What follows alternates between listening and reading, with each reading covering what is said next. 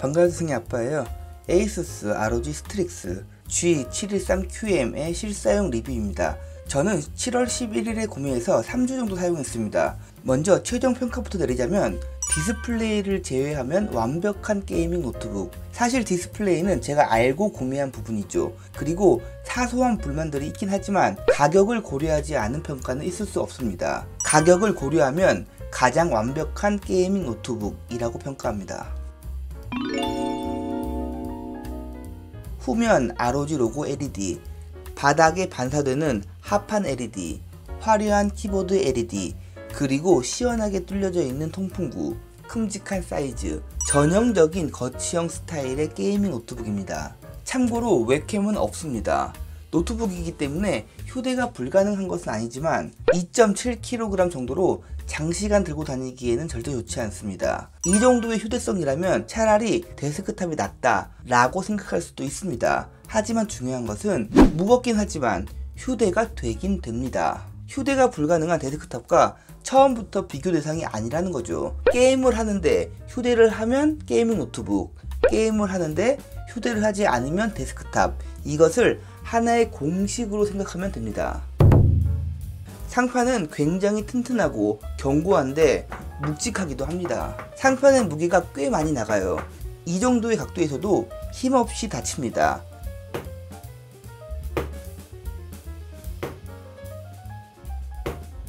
상판이 무겁기도 하지만 힌지 자체가 견고하지는 않습니다. 노트북 왼쪽에 USB 3.0 2개와 이어폰 홀, 오른쪽에는 포트가 하나도 없습니다. 후면에는 전원, 유선 램 포트, HDMI 2.0B, 디스플레이 출력과 충전 가능한 C포트, USB 3.0 이렇게 구성되어 있습니다. 후면에 포트들이 몰려있는 게이밍 노트북을 많이 볼 수 있는데 전형적인 거치형 노트북의 포트 구성으로 보시면 됩니다. 보통 한 공간에 놓고 사용하는 거치형 노트북은 이렇게 후면에 포트들이 있어야 실제 사용에서 깔끔한 선 정리가 가능합니다. 전원, 유선랜, HDMI, C포트, USB 포트 모두 사용하고 이렇게 디스플레이만 올려두면 거치형 노트북이 완성되죠. 그리고 자주 사용하는 최소한의 USB만 사이드에 구성되어 있습니다. HDMI는 4K 60Hz까지 지원하기 때문에 고해상도 출력은 C포트보다 HDMI 포트를 사용하는 것이 더 좋습니다. 그 외 특별한 특징은 없고 C포트로 PD 충전이 가능하다는 것은 조금 주목할 필요가 있습니다.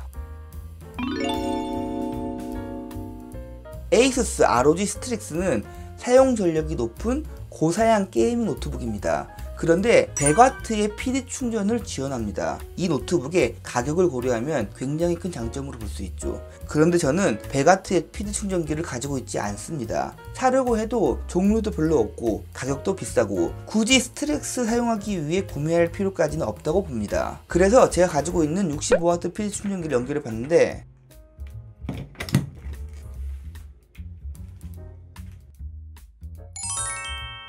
어라? 이게 되네요. 65W 충전을 지원하는 보조 배터리도 충전이 됩니다.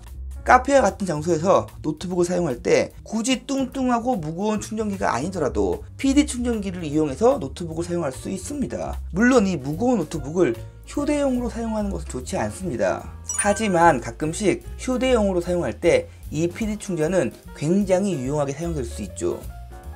지금 노트북 배터리 상태는 54%입니다. 사양이 그렇게 높지 않은 게임을 30분 정도 플레이하고 배터리를 체크했는데 58%가 되었습니다. 충전 속도는 당연히 느리지만 게임을 플레이했는데도 불구하고 충전이 되고 있다는 것은 나름 괜찮은 거죠. 일반적인 사무용으로 사용한다면 적당히 잘 충전되기 때문에 전혀 불편함 없이 사용할 수 있습니다. 여기서 65W PD 충전기 사용자가 체크해야 할 부분이 있습니다. 바로 노트북의 사용 전력이죠.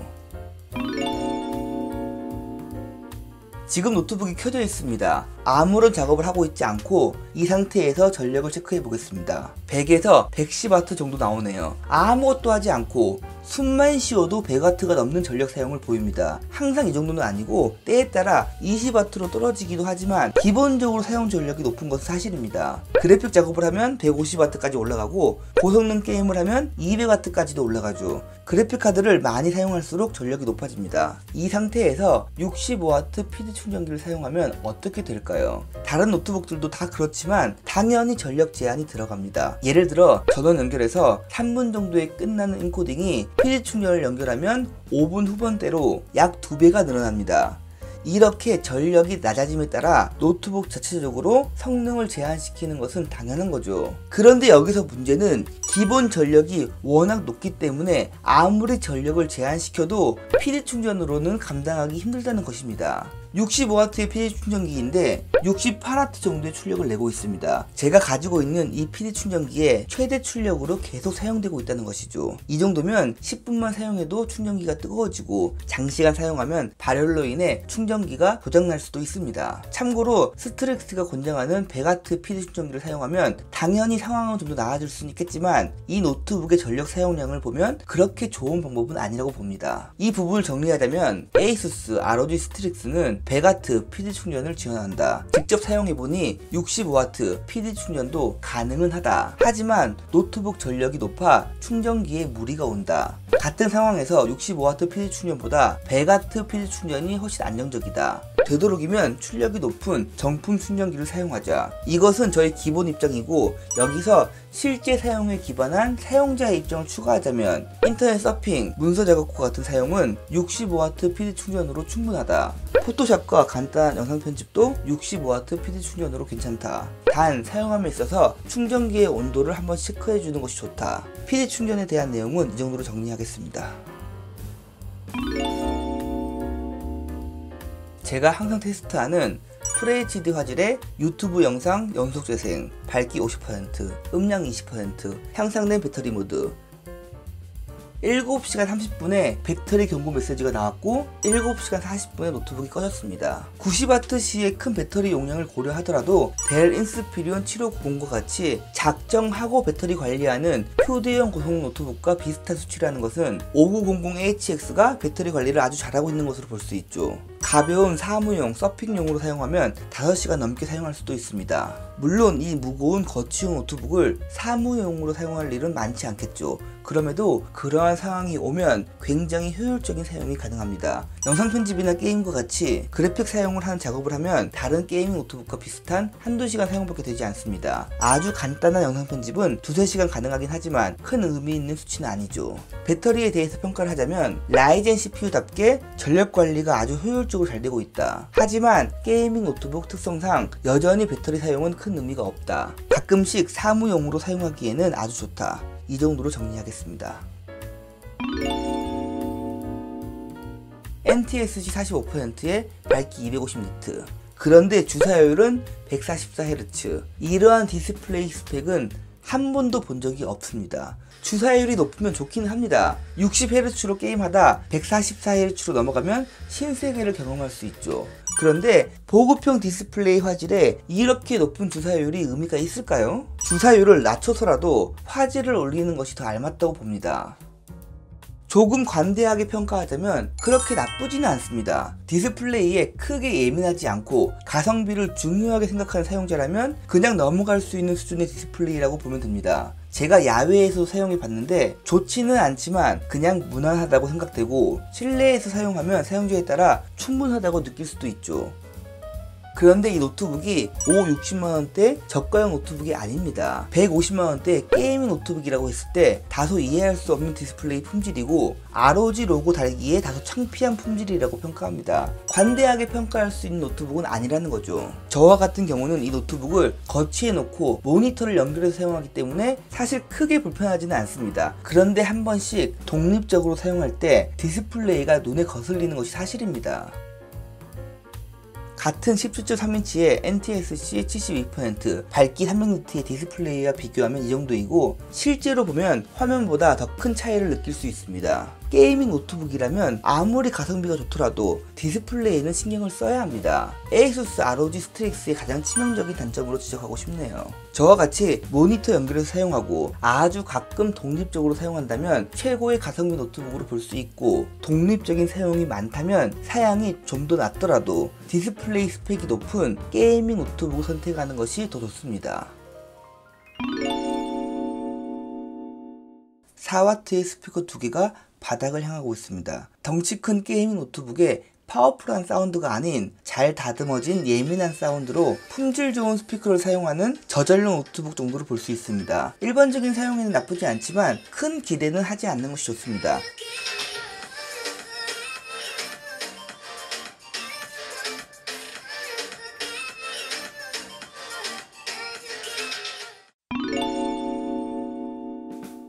잘 세팅된 게임 노트북 키보드입니다. 숫자 패드가 달려있는 풀사이즈 키보드에 독립적인 구성의 방향키로 구분감이 아주 좋고 FPS 게이머를 위해 WASD는 투명 키캡으로 되어 있습니다. 그리고 게임을 할 때 자주 사용하는 기능키가 따로 상단에 배치되어 있습니다.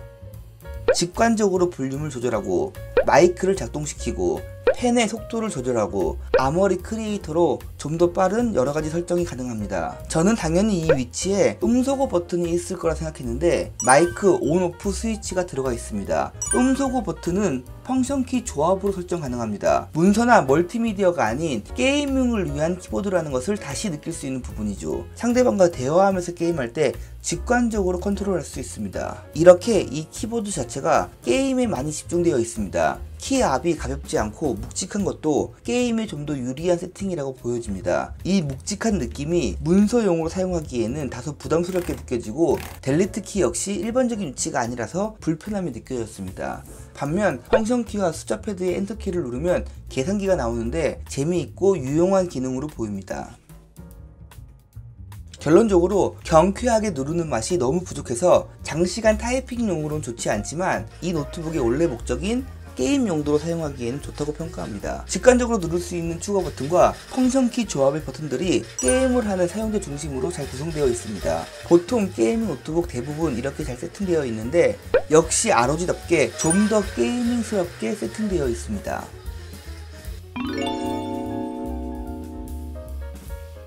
조용하고 발열 처리 아주 좋습니다.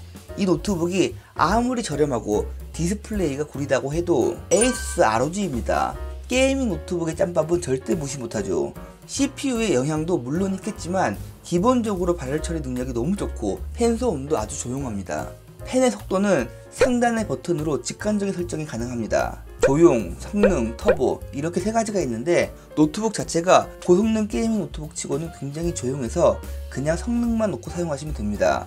혹시 이 노트북으로 독서실에서 인강을 듣는다면 조용을 사용하면 되는데 이러한 경우는 많지 않겠죠. 사양이 많이 높은 게임을 장시간 할 때는 터보를 이용해서 빠르게 내부 공기를 외부로 빼내는 것이 좋습니다. 터보 모드도 그렇게 시끄럽진 않습니다. 그래서 게임을 자주 한다면 터보 모드 놓고 사용하는 것이 장기적으로 좋습니다. 저와 같이 영상 편집 중심의 사용자라면 성능으로 충분하죠. CPU 사용량이 거의 100%에 가까운 인코딩을 하고 있는데 CPU 온도는 최고 86도, 평균 80도 정도로 나름 괜찮고 노트북의 표면 온도는 37도 정도로 안정적입니다.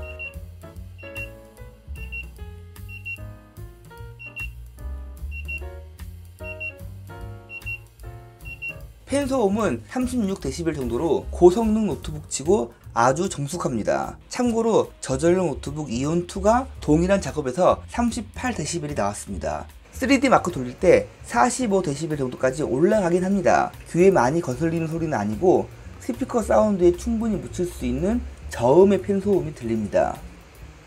일반적인 게임이나 그래픽 작업자라면 36dB 미만으로 생각하시면 됩니다. 저전용 노트북 정도의 소음으로 보시면 되고 터보 모드로 고사양 게임을 지속적으로 한다면 40dB 초반 정도 생각하시면 됩니다. AMD 라이젠 5900HX 7나노 공정 8코어 16스레드 최대 클럭 4.7GHz TDP 45W 일반적으로 구매할 수 있는 범위에서 가장 좋은 성능의 CPU라고 보시면 됩니다. 그래픽도 RTX 3060으로 아주 훌륭하죠. 3D마크 타임스파이, 파이어 스트라이크 그냥 대부분의 게임은 다 원활하고 초당 프레임 걱정하는 노트북은 아닙니다.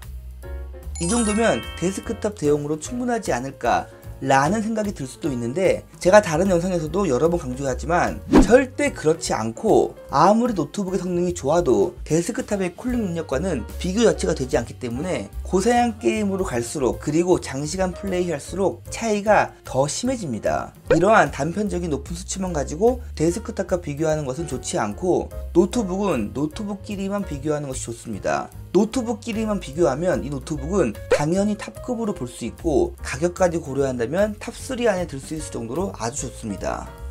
추가로 패스마크 그리고 시네벤치입니다. 체크하실 분은 가볍게 체크해주세요.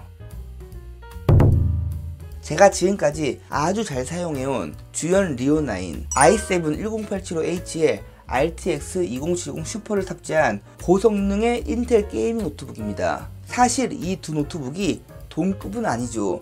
그럼에도 리오9에 들어간 RTX 2070 슈퍼가 워낙 좋은 그래픽카드이고, i7 10875H 역시 지금 나오는 인텔 11세대 고성능 CPU에 밀리지 않기 때문에 두 노트북이 어느 정도 비교가 될 것으로 생각했는데, 역시나 CPU에서 큰 차이가 납니다. 그렇다면 무조건 라이젠 CPU 노트북을 사용하는 것이 좋은 것일까? 이 부분에 대해서는 좀 더 깊게 생각해 보는 것이 좋습니다. 지금 말하는 내용은 100% 저의 개인적인 의견이므로 가볍게 참고만 하세요. 제가 과거 영상에서 자세하게 설명드린 적이 있는데, 인텔과 라이젠 노트북 중 저는 무조건 라이젠 노트북을 추천합니다. 같은 가격에 성능이 더 잘 나오기 때문이기도 하지만, 더 중요한 것은 좀 더 정밀한 공정으로 CPU 자체의 발열이 적어 노트북이라는 시스템에서 장기적인 사용에 훨씬 유리하기 때문이죠. 저는 휴대용 노트북은 무조건 라이젠 노트북을 사용합니다. 배터리 효율도 아주 좋아요. 그런데 메인 작업 노트북은 인텔 노트북을 사용합니다. 적어도 윈도우에서의 안정성은 인텔 CPU가 더 좋다고 생각합니다. 라이젠 기반의 ROG 스트릭스를 사용한 3주간 블루스크린을 2번 봤습니다. 블루스크린 뜨자마자 스마트폰 카메라로 급하게 찍은 영상입니다. 그리고 지금 이 상황은 마우스는 움직이고 윈도우 키도 작동하지만 그 외에 아무것도 실행되지 않는 먹통이 된 상황이죠. 노트북을 사용하다 보면 이렇게 될 수도 있죠. 그런데 만약 중요한 작업 중 이렇게 된다면 골치 아프죠. 지금까지 인텔 노트북을 사용하면서 블루스크린 단 한 번도 본 적이 없고, 다운되거나 오류가 발생한 적도 없습니다. 이러한 경험들 때문에 메인 작업용 노트북은 항상 인텔로 사용했죠. 저에게는 가성비와 발열보다 안정성이 더 중요합니다. 지금 말씀드린 내용은 지극히 개인적인 의견입니다. 라이젠 노트북을 사용하면서 한 번도 오류가 나지 않는 경우도 있고, 오히려 인텔 노트북에서 블루스크린을 많이 경험한 사용자들도 당연히 있습니다. 그리고 블루스크린이나 먹통은 CPU가 아닌 다른 요인에서도 많이 생깁니다. 대표적으로 그래픽카드 때문에 블루스크린이 생기는 경우가 많죠. 노트북은 변수가 너무나도 많아 절대 CPU의 문제로 단정 지을 수는 없습니다. 그렇기 때문에 저의 단편적인 사례를 데이터로 만드는 것은 불가능하죠. 제가 여기서 말씀드리고 싶은 것은, 저는 라이젠 노트북을 사용하면서 몇 번의 오류를 경험했고 아직까지 인텔만큼 신뢰하지는 않는다. 개인적인 의견이므로 가볍게 참고만 해주세요.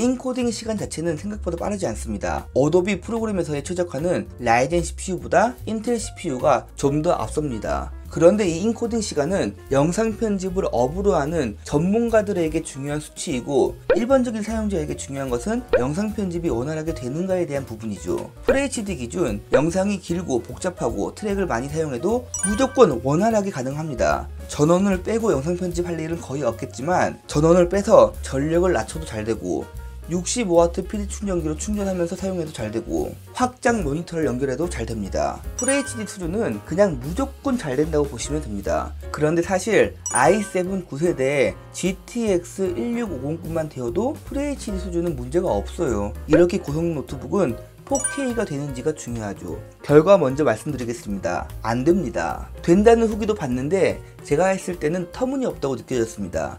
물론 어떤 원본 소스를 가지고 어떻게 편집하는지가 중요하겠죠. 예를 들어 스마트폰으로 촬영한 4K 영상은 충분히 가능합니다. 컷 편집 수준의 간단한 영상도 가능은 하죠. 그런데 단순한 작업에 이렇게 고성능의 노트북을 사용하는 것이 일반적이지는 않죠.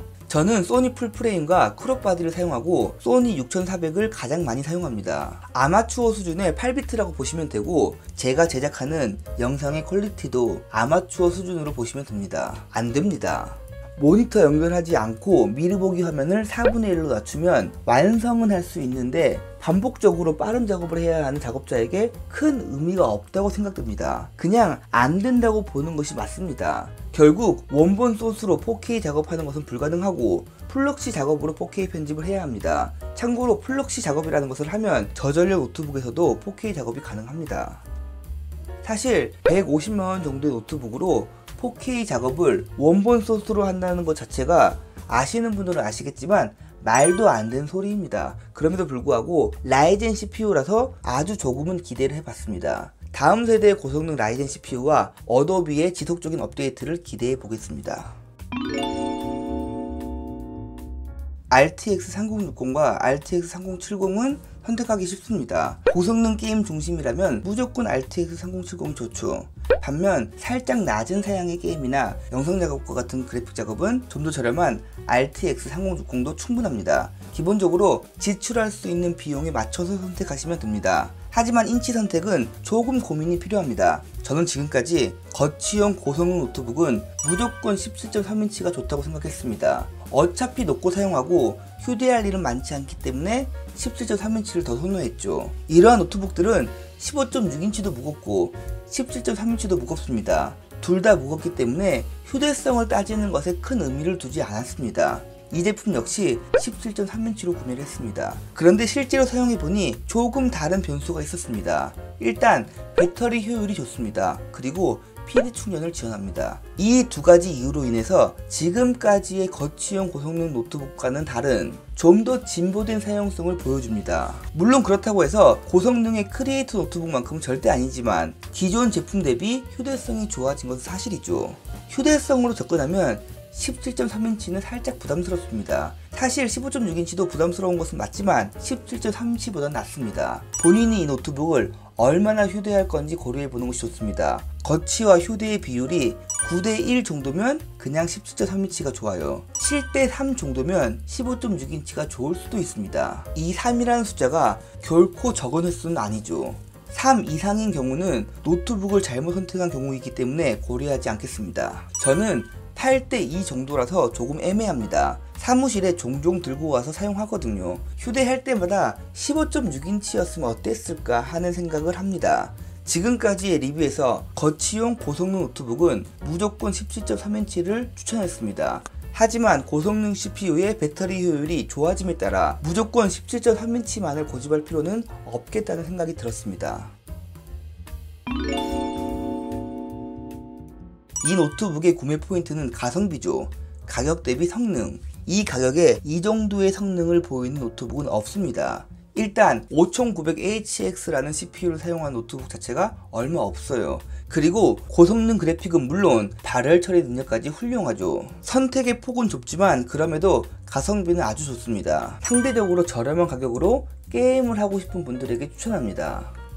100만원 중후반 정도의 예산을 가지고 고성능 게임을 꼭 노트북으로 하고 싶은 사용자 중 디스플레이에 둔감하거나 확장 모니터 연결할 사용자에게 추천합니다. 영상 편집용으로 접근했을 때 성능으로는 문제가 없지만 디스플레이와 휴대성에서 문제가 될 수 있습니다. 어차피 4K 작업이 원활하게 되지 않는다고 한다면 그냥 사양을 조금 낮추고 휴대성이 좋은 크리에이터 노트북을 구매하는 것이 훨씬 좋다고 생각합니다. 저는 이러한 사용자에게만 이 노트북을 추천합니다. 단순 추천이 아닌 강추합니다. 디스플레이를 제외하면 완벽한 게이밍 노트북이라고 평가합니다. 이 외의 사용자에게는 그렇게 추천하고 싶지 않습니다. 결국 게이밍 노트북에서 가장 중요한 것이 무엇이냐? 이 질문에 그 무엇보다 성능과 발열 처리 능력이 가장 중요하다. 이렇게 생각한다면 이 노트북이 정답이 될 수 있습니다. 저렴한 가격에 성능과 발열 처리에 선택과 집중이 되어 있는 게이밍 노트북이기 때문이죠. 아쉬운 부분이 물론 있지만 목적에 맞게 그리고 가격에 맞게 잘 만들어졌다고 평가합니다. 구매에 도움이 되었으면 합니다. 끝까지 봐주셔서 진심으로 감사드립니다.